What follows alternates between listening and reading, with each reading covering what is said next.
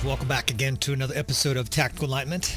This YouTube channel is dedicated to helping you get better at Bannerlord through the use of field command and advanced tactics, and we are going to divert a little tiny bit. Actually, this might be a long episode. It depends on how long I ramble on. Got a little caffeine going this morning, and I have quite a few things that I kind of want to talk about. Strategically, we're going to basically be taking a thoughtful look at some of the side parts of the game that are critical for your success on the battlefield in Bannerlord. Of course, you can't just run out there with level 1 characters and dominate the battlefield. You'll get speared. You won't be able to move fast. Your horse will run around on some sad-looking pony, and things will go badly. So in this episode, we're going to cover a vast array of topics. I've got a little list in front of me of the things I want to cover. Hopefully, it's not too hodgepodge. I can stay sort of focused here and talk about some things that you folks out there might find relevant. So the very first one I want to talk about for a few minutes is character development. There's a lot of interest, of course, in my character. As you can see, he's an extremely high-level character. And the game offers all these different perks, right? All these myriad of different perks to choose from to develop your character. There's literally thousands or maybe millions of different types of character models because you have all these various choices. I'm not going to go into super detail here because, quite frankly, this is not an expertise of me. Now, I have found sort of an ingredient mix that works for me, but I would consider this kind of like a chili cook-off. You can go to a chili cook-off and try 100 different chilies, and there might be 10 that are spectacular, but the 10 that are the best are all quite different in their own little way. And I think character development is very similar to that. And what I mean by that is one of the normal things that people tend to do in Bannerlord is invest in skills like leadership, medicine, steward, engineering, maybe tactics and stuff like that, and they tend to ignore a lot of the combat skills, or they pick like 1 or 2 combat skills, focus on that, and then put the rest of their points down here. Obviously, anybody a follower of the channel, or if you're new to the channel, you can tell that I've done quite the opposite. I've focused on turning my characters into serial killers with a battle axe, with the polearm, elite endurance and riding athletic skills, and then I've sort of skimped on some of these skills down there. Although, once you're very high level and you have these focus points to put 5 points into them, they can still become total badasses on the battlefield, right? Not only does this guy have 200 skill in several of these critical intelligence areas, but he's absolutely a murderer on the battlefield, right? We even used bow at some point. I tried a little bit of smithing recently, but never mind. I'll talk a little bit about smithing at a later point. So character development is critical, and I'm not suggesting that you develop your character like this because these skills are important, right? When you have skills like tactics, you're getting all kinds of advantages, everything from things that help you with the auto-resolve to things like this that help armies that are coming to your party move faster or at the cost of less influence. Now, the reason that I've developed my characters like this is that I like to rely on specialists. Specialists are effectively characters that, as you develop other companions that go along with you, they become your scout, right? They become your hero that provides you a lot of steward value and things like that. And then, of course, we'll have a lot of other characters that, just like Zuvan here, are mass murderers on the battlefield. I think this guy's an uncle to Zuvan, and you can see he's a virtual identical copy to Zuvan, right? He's got medicine and steward skills, his leadership skills. He's got very high level skills. But they're primarily focused, again, on combat, and that's because I want this guy killing everything in sight. If you've watched any of our battles and you watch our 6th and 8th Corps just absolutely wade through the enemy, or our elite knights just charge in and decimate their archers in one charge, this is the reason why. Right now, he doesn't typically ride a horse, but you can see he's very capable of jumping on a horse and being totally dominant in that regard as well. Now, I typically do this. I focus on 3 or 4 skills, and I will talk a little bit about inventory as well, but I just wanted to show you that along with Zuvan, there are a number of other companions and family members within our kingdom here that are virtually identical. And again, he's not incapable of leading an army, he's just not very good at it, right? So let's see, other specialization here. This is a perfect example. This gal is actually married to one of the guys in our family. And you can see what we've done here. She is an expert, I guess you could call her leader slash group leader, party leader, right? She can lead an army with the best of them. Now here's the unfortunate part about the game.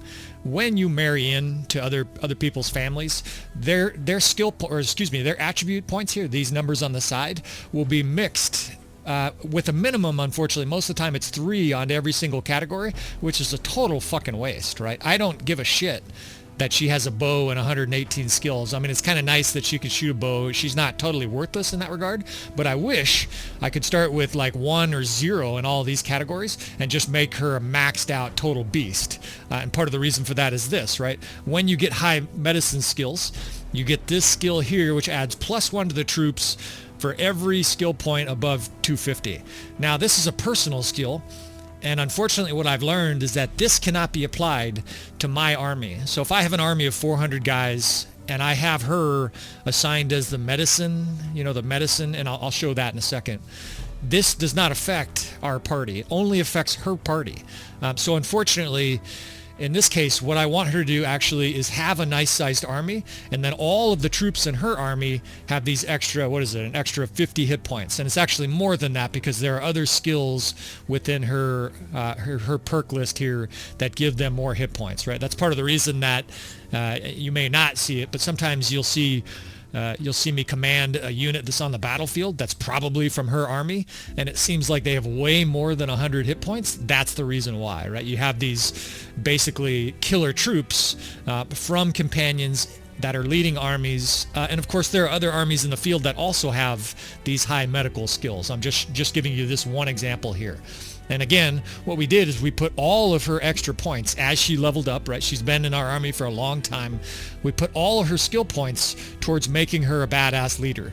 Now, she obviously hasn't been in very many sieges, but most of her other skills are maxed out. Charm, I don't find charm to be that useful. You can gain influence and various things like that, but for companions, obviously she's not even messing around with that. What she does is she leads a party, she leads it well, she leads a large group of troops, and obviously they have this high medicine skill when she's in the army.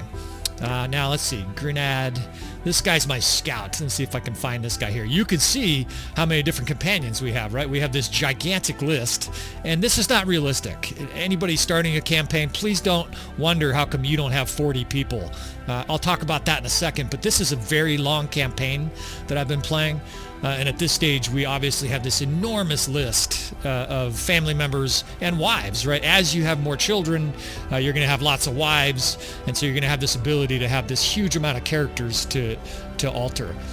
Now look at his stats, right? Again, we've totally skimped on some of these skills, but what does this guy do? He's a murderer on the battlefield, right? An absolute beast. He rides a horse. He fucks people up with javelins. He cuts them in half with his one-handed sword, and he's our scout, right? He has 285 scouting skill. What that means is that this guy is basically making the party faster. He's giving us all kinds of advantages from the perks in here, right? We see troops better, etc., etc. And this guy is our scout. And again, level 54, right? This is insane. You're not going to have characters this high in your normal campaign. You're probably going to top out in the 30s, maybe the low 40s. Why are we so high level? Because of the campaign that I'm playing, right? It's a death match against the whole map, and probably for the last 10 years or so, we've been fighting everybody with our small kingdom. Sometimes Sturgia's been an ally, but we've been basically fighting the whole map, and of course that means never-ending battles and tons of experience gained, because this guy, obviously the scout, he's running around with our army full-time. We're exploring all over the place. He's getting tons of kills, so his skills here are to the roof. In this case, I'm actually surprised some of his skills aren't maxed. But here's the other component that is sort of, I don't want to call it an exploit, but it's part of the game. When you have children in Bannerlord, for some reason they come out a kind of similar level to an amalgamation of their parents. So if you have very low level parents, right? Say you just started the game, you're level 20, 15, and you marry somebody who's level 16. Well, your children are going to come out like level 12 or 15 or something like that. For for some reason, and I don't think it's appropriate, but for some reason, if you're very high level and you marry somebody else who's also very high level, they come out literally out of the womb at like level 45, level 48. And the next thing you know, after some combat, after gaining some skills, after leading some parties around, you can get these just absurdly high levels like we have in our army. I know that probably seems like an exploit, but that was quasi by intention in this campaign. And again, I'll try to talk about that a little bit more later on.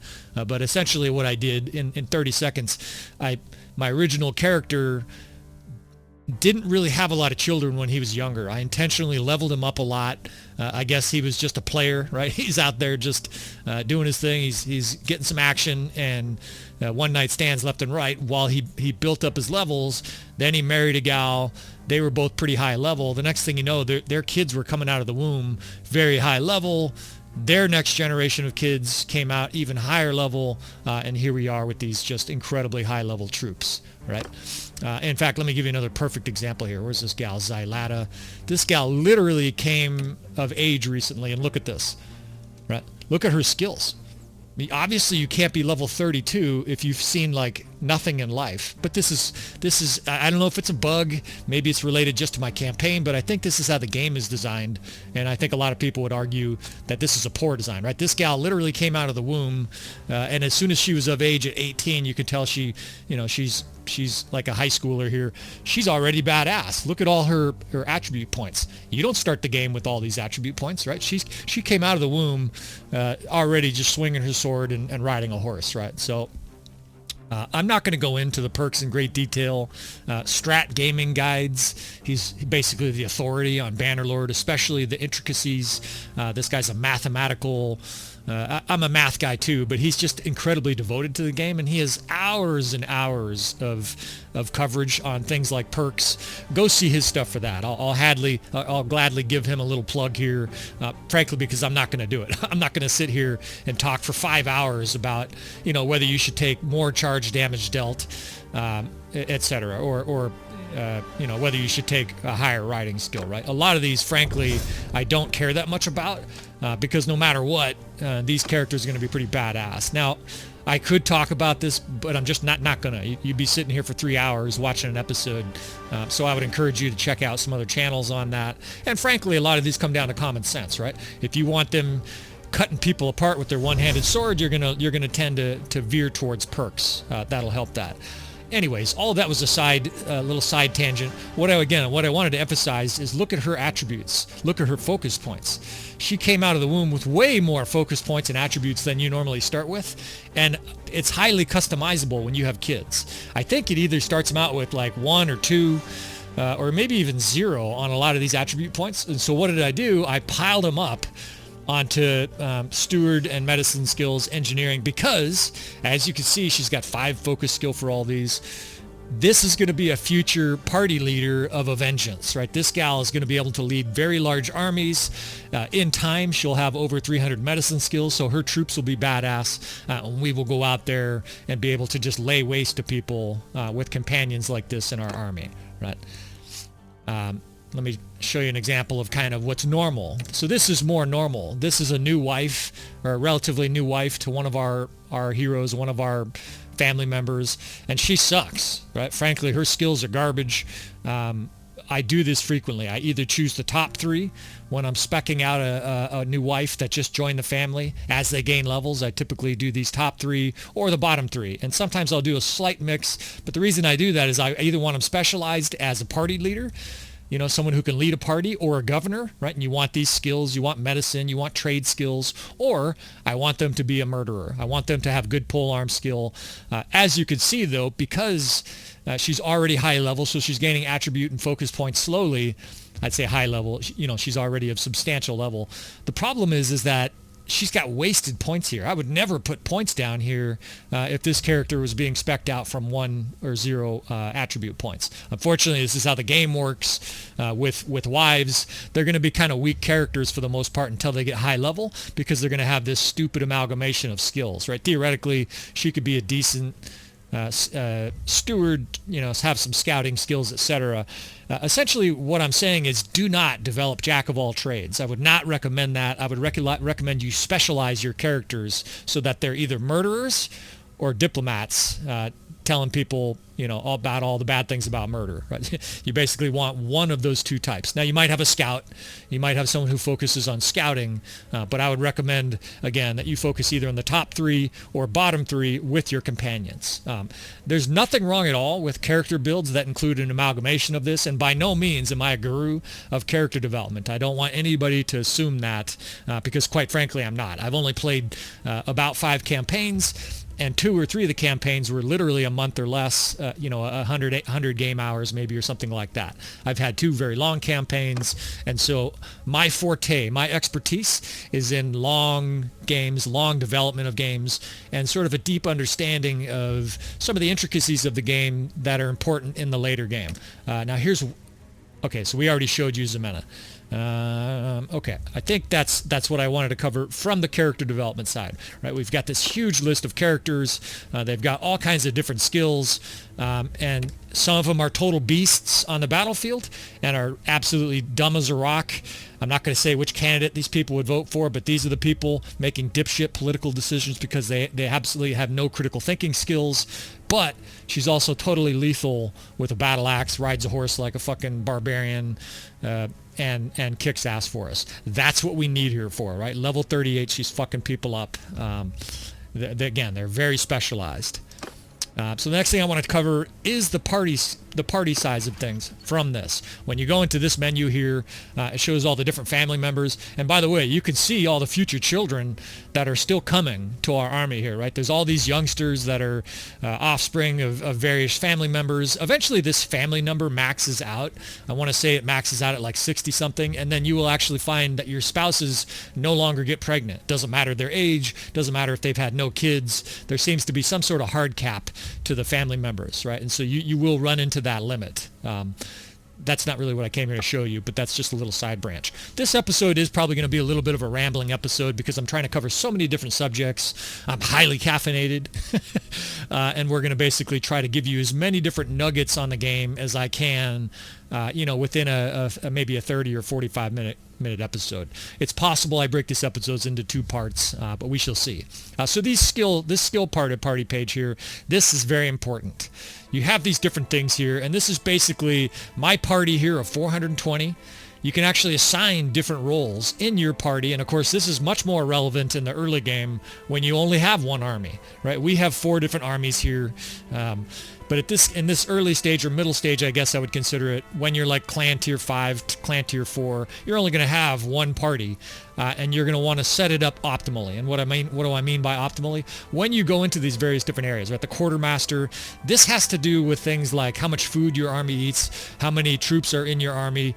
What I'm trying to do here is, again, specialize and assign people with the highest level of skill from all our troops to that specialized area. And you can see this gal here is a gal we've been specializing in steward for a very long time.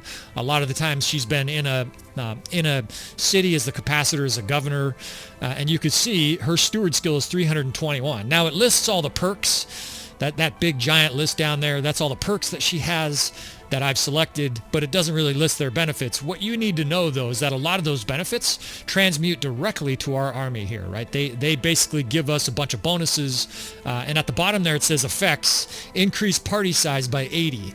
Now that's important because a larger army is generally going to defeat a smaller army, and as you can see, we've got a very large army in no small part because of her.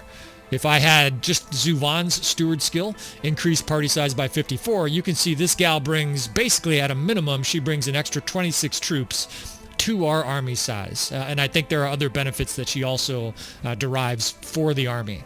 Now again, under the scout, right, we could have all these other scrubs with lousy scouting skill, but we have Grenade, and you can see the various effects listed at the bottom that he provides to the party, right? He basically makes our party better because he's our scout. He's running around, he's doing reconnaissance for us theoretically, and that helps us see further, move faster, etc. Now the surgeon currently is myself. I have fiddled around a little bit with other higher medical skills as the surgeon, but what I've learned is that if you have somebody who's over 300 medicine skill, it does not appear to affect the hit points of your own troops. I think that's only if you have that skill yourself. And so there is a little bit of a philosophical argument about whether or not it would be better to have 330 medical skills as a party leader, or whether or not it's better to have, elite combat skills, because it's very difficult to have both. You could have an amalgamation, right? You could have like 330 two-hand and maybe 330 riding and skimp on something like throwing and bow, and then have 330 medical skills. I definitely see the logic and the strategy of that, but this is just how I've chosen mine. My character has solid but not great medical skills. You see, he heals his troops faster. We have a higher rate of casualty surviving, etc. So he's actually our medical guy. His skills are still going up, but they're capped because, of course, he doesn't have that many attribute points in that requisite skill. Engineering-wise, similarly, he's our engineer because I don't have a good engineer. I don't actually do an enormous amount of sieging. I know that sounds strange. Once upon a time, I certainly did a lot more sieging, but at this stage, I don't. I don't actually fiddle around a whole lot with siege. Now, I've been accused of cheating on finances repeatedly. It's amazing how many different people, they just see something like this and instantly you must be cheating. You know, we have 13 million gold. Believe it or not, we've had a lot more gold than that at some point, and there's no cheating involved. This comes down mostly to winning a battle every fucking day and getting, all this incredible amount of loot that we go to every city. Every single city I visit, I sell every single ounce of gold that I can, where I take all of the gold from all the merchants there, and then we leave. Every city. So every city we go to, this is like every day, sometimes twice in a day, we are getting a couple 100,000 gold from all the loot. And in fact, there becomes so much loot that I literally have to dump loot on the highway just because it would look like a big flea market. We have all these extra spare boots and whatnot. I generally try to dump useless stuff, but it doesn't matter at this stage. We have so much money that we're just raking in the gold. You can actually see our daily change of gold here. We are making money. So even though I have 13 million and a huge army full of powerful troops, day to day we're still making money. So this is the whole cheating thing. That's really ignorant. Unfortunately, some people just see something. They play 60 hours in the game and they're an expert, and they fucking tell me, folks, I have 7,000 hours playing this game. Now, I think that's actually exaggerated, because I think if I just leave this game open today and my wife and I go to the market and catch a ball game in the evening, I think it counts all those hours, even if you're not moving, even if the game is just open. And of course, plenty of times I do that. But the point is, I probably have at least 2,000 hours or 1,000 hours of active play. And these people with 60 hours suggesting I'm cheating because they don't understand the game mechanics, it's basically, it's just an unfortunate part of humanity. Again, so we have this huge amount of gold. We have a huge amount of influence. And I got, someone was like, you can't possibly have that much influence. Influence is really hard to get. You must be cheating. You can see the bonus breakdown there. The supporters, I think that comes from when you go to a town and you do quests for guys. Suddenly they become supporters, etc. And suddenly we have, every day we gain an extra 50 influence just passively. Wandering around the map, we're just racking up the influence. And honestly, my number was way higher at one point. I think I might have had 40 or 50,000 influence at one point. It's actually been going down a lot because my dipshit, well, I guess they're being logical. The companions and other clan members in our kingdom, they all want peace. We're fighting everybody, right? They're like, this seems highly illogical. Why would we fight everybody? We can conquer the whole map if we just fight two different kingdoms. They're not aware that I'm playing this death match intentionally against the whole map. And so every time they ask for peace for somebody, they waste influence. I immediately punch them all in the throat and remind them who the Jarl is, right? We do a little bit of alpha mailing on them, tell them to shut the fuck up, get back in line. We're going to stay at war with everybody, and it costs me influence to do that, right? So I think I want to say I had 40 or 50,000 influence at one point. It's actually becoming a problem because I'm using so much influence trying to keep my nobles in line. All these fucking peacemongers, they just want peace. Well, I'm a bloody savage, and we're going to fight to the death here. It is even conceivable that I get to a stage where I run out of influence, and I haven't decided yet what I'm going to do at that stage. There's a consul a console or something like that, you can use the game and you can open up effectively what are cheat codes. I could probably add influence artificially because it's essentially a game bug, right? I should be able to tell all my nobles, no, we're fighting the whole map. But unfortunately, they continue to beg like little pussies for peace, and I'm forced to use influence to shut them up, right? All right, what else can I cover here? I got my little list. So that's influence, that's gold. Diplomacy, I covered just a little bit there. So how about Gregor, this guy here? Now, this was my original character, I think. I say that because it says never seen before. It's really kind of strange. You can see it was unfortunate. He died of natural causes at 44, right? I guess he caught COVID, or maybe all his philandering. He caught like the bloody flux or the French disease, right? The Mortimus Gallicus or whatever it was called back in the 1500s. This guy died young, but not before he cranked out children. You could see he was highly prolific here, right? Just like his philandering age before he got married, this guy here was punching out children. And what's interesting is there are still children of his that are alive in the campaign. They must have had them late, and they're old now. You can see that gives you kind of an idea of how long the game has been going on. But this part I don't understand, because I would have sworn and bet money that this guy was our smith. You can see his skills here. He was spec'd somewhat similarly to my current character. I think for a while I ran around with a one-handed sword. And I don't recognize this skill set, because I swear my original character, or my second character maybe, they had high smithing skill. Somebody along the line in our clan had high smithing skill. I want to say this guy had 310 smithing skill. Anyways, this guy was the original character. He died long ago, 1103, right? We're at like 1150 something in the game. And this is part of the reason we have this prolific line of children, right? They had children. This guy, I think he would effectively be a great-grandfather all the way down to our current character. When I built this guy up, I did build some steward skills, and he had some medicine skills, and he did a little bit of engineering and siege and all that stuff. But again, as soon as I had companions that were able to specialize, immediately I turned this guy, I think, again, it was been so long ago. It was literally a year and a half ago that I started this campaign, and I don't have the save games. I think they were deleted because I moved to a new computer. This guy was a murderer, and I started sort of steering away from my primary character having all these beast steward skills and stuff like that. All right, so towns. Let me talk about towns. And again, this is another reason why we are fucking rich beyond belief. Family members, let's see. Where do I want to go? I want to go to fiefs. Check this out.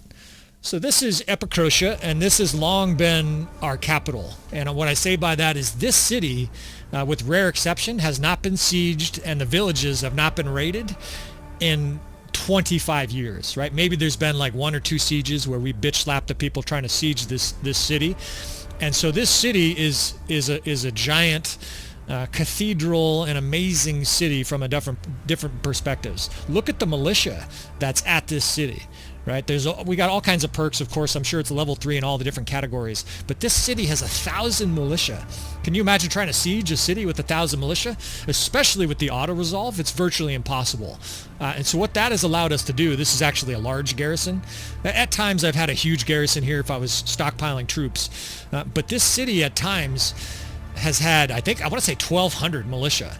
And at those times, what we did is I intentionally lowered the garrison so that it cost less money for this city to defend itself. It basically had this free militia you don't pay any money for. And it had this enormous amount of prosperity that was generating huge amounts of income. In fact, I think this is it. This is how much money it generates. Wait. Now, so here's the actual money it generates. It looks like all of the money from the towns also get added to the total profit from this city. So you can see this is part of the reason we're rich. This one town, this one city, I shouldn't call it a town, this one gigantic city with a huge amount of people, and I presume it would look like Paris in the year 1100 or something like that, maybe during the era of Charlemagne. It's vast. It makes a huge amount of money, and even with a decent-sized garrison, it's still wildly profitable for our empire. And that's part of the reason that we're rich, right? We have this giant citadel that's a huge positive. on the financial side of things, right? Some of our castles, in fact, are losing money, but this one city is so enormously profitable that day to day money is just not an issue, right? Money hasn't been an issue in our campaign for 40, 50 years. Of course, anybody knows that if you do smithing, you're going to have virtually endless money. I did that for a little bit till we had like $1 million or $2 million, and then frankly I moved on. Once you start destroying armies every other day with your army, you no longer need lots of money, right? You have endless loot you can sell, and again, money just pours out of your ears. So again, I wanted to show you this side of it first. And people always sort of stare at the prosperity number in disbelief. Again, you must be cheating, you fucking cheater. I understand, folks. Look, some people, they're not willing. Most people aren't insane enough to play a campaign as long as I've played this campaign, right? We've played this campaign for something like 70 years, thousands of hours. And so let me show you Epicrocia here. Here's a critical thing to understand. If you have prosperity like that, your guys eat a huge amount of food. I think, yeah, there it shows you. This town devours food, right? There's a huge amount of peasants. They're eating everything in sight.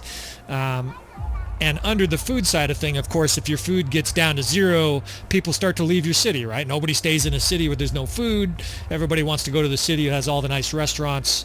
So you have to keep your city stacked with food. Once you get more food, though, than 700, and I think there's actually a higher number depending on the perks you have, when you have tons of food, what happens is more people come to your city. You gain prosperity.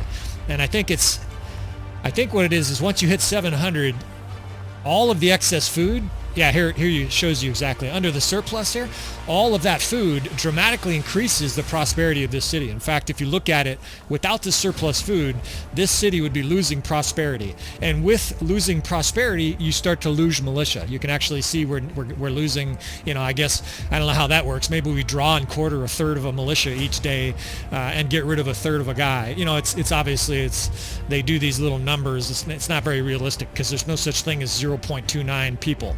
Again, unless you're like cutting them off at the waist or something like that. The point of all that, though, I digress, is that if you have lots of food and you can stockpile it on a city, you will gain massive prosperity. Now, again, over the course of many years, we have done this. A lot of my villages don't get raided at all. And so if I go to one of these villages, they have an enormous amount of food, right? So just as I'm wandering around the battlefield map, I am gathering gigantic quantities of food. And then I take that food and I do one of two things. I either dump it on the city using the trade menu, right? When I go to trade here, I bet the city has plenty of food. You will see there's probably 2,000 or 3,000 grain, 6,000 grain, and a bunch of fish, etc. That's why this city is gaining so much prosperity, right? Because we've gone in and dumped all this grain on the city. Now, you might think that would be just an endless chore and eventually you run out of food. It is true. They eat a lot of food and the amount of grain that's in that trade area will go down as these ravenous people go to all the restaurants and gorge themselves until they're obese. But here's the other component of that. Way before I made this a giant capital city with an enormous prosperity, I packed food into our stash. Like I said, I wander around the map. We're running around, we chase people, we kill people.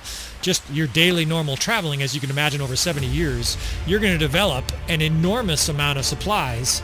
And you can see it right here. This is another thing where people are like, there's no way that you have 4,500 cows. Well, you play the game for 70 years and you tell me kind of what you see. Again, some of these resources are rare. Like if you go to a city, olives are not, there's not like 1,000 olives at a city. There might be 50 or 100. But if you visit 140 times, suddenly you have 1,400 olives, 14,000 olives. So what I do is I keep this massive supply of food here. Of course, this would all be rancid.